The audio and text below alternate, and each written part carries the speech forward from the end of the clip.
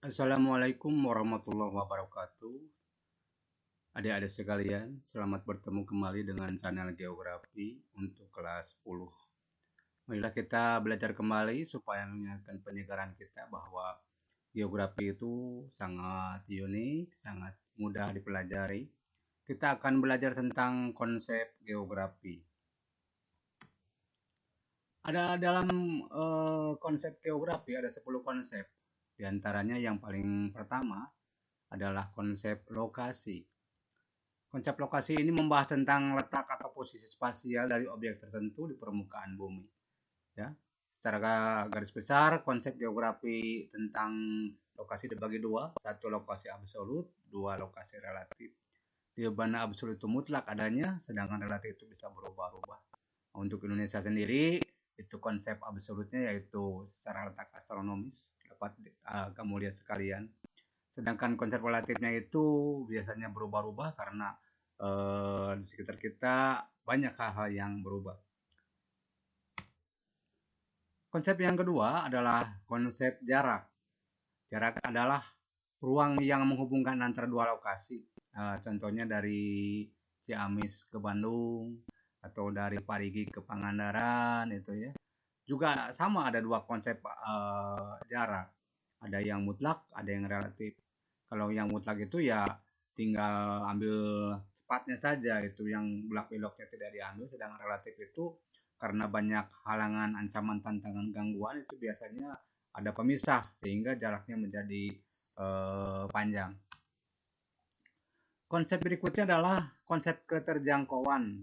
Nah, konsep ini mengacu pada kemudahan untuk mencapai suatu objek dipengaruhi oleh kondisi geografis suatu wilayah. Jadi keterjangkauan itu tergantung di mana orang tersebut berkepentingan tidak, begitu ya.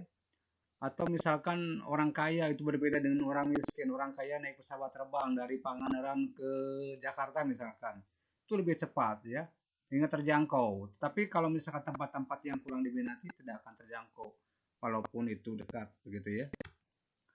Berikutnya adalah konsep pola. Konsep pola ini adalah gambaran dari permukaan bumi yang dilihat dari atas gitu ya. Jadi banyak contoh-contoh pola-pola atau gambar-gambar yang jika kamu naik pesawat terbang itu akan melihat gambar-gambar yang seperti ranting, itu adalah pola aliran sungai, atau seperti rumah-rumah bergerombol gitu ya. Namanya itu konsep pola. Jadi untuk konsep pola ini gambarannya kamu harus naik pesawat terbang terlebih dahulu, baru melihat ke bawah juga akan terhalang oleh awan atau tidak. Makanya itu diharuskan anak didik menjadi orang kaya supaya bisa melihat gambaran Tuhan pada permukaan bumi.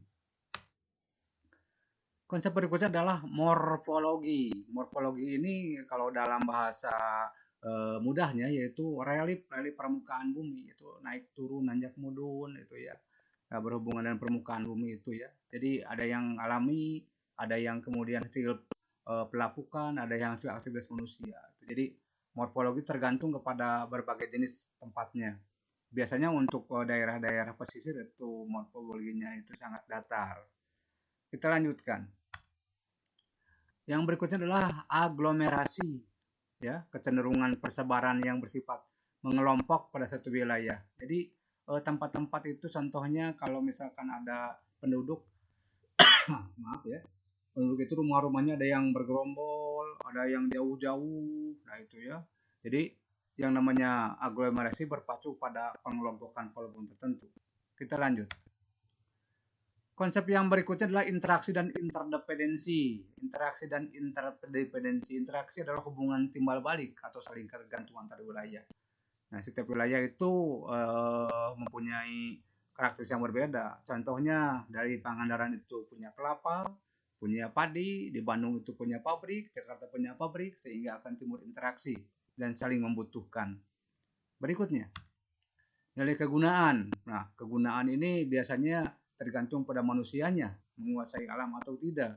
Ya, mengenai kelebihan yang dimiliki tempat akan berbeda dengan kelebihan yang di tempat lain. Contohnya, kita jalan-jalan ke Dieng itu akan mendapatkan tanah yang digunakan untuk perkebunan. Atau kalau ke pantai Pangandaran kebanyakan untuk tambak dan sebagainya. Jadi tergantung siapa yang berkepentingan dalam hal pengelolaan. Berikutnya, konsep diferensi area menggambarkan keunikan atau karakteristik antara wilayah satu dengan lainnya. Jadi di permukaan bumi ini kondisi fisik sumber daya manusia yang berbeda satu sama lain, ya, sehingga yang namanya diferensi area itu eh, tersebar dalam ruang karakteristik yang berbeda. Kemudian struktur ruang atau distribusi keuangan suatu wilayah berkaitan dengan wilayah yang lain. Berikutnya adalah keterkaitan ruang yang terakhir ini ya. Ini konsep yang terakhir yaitu keterkaitan ruang. Geografi adalah ilmu sintetis, artinya saling berkaitan antara fenomena fisik dan manusia atau fenomena sosial yang mencirikan suatu wilayah dengan corak keterpaduan atau sintesis tampak jelas pada kajian wilayah.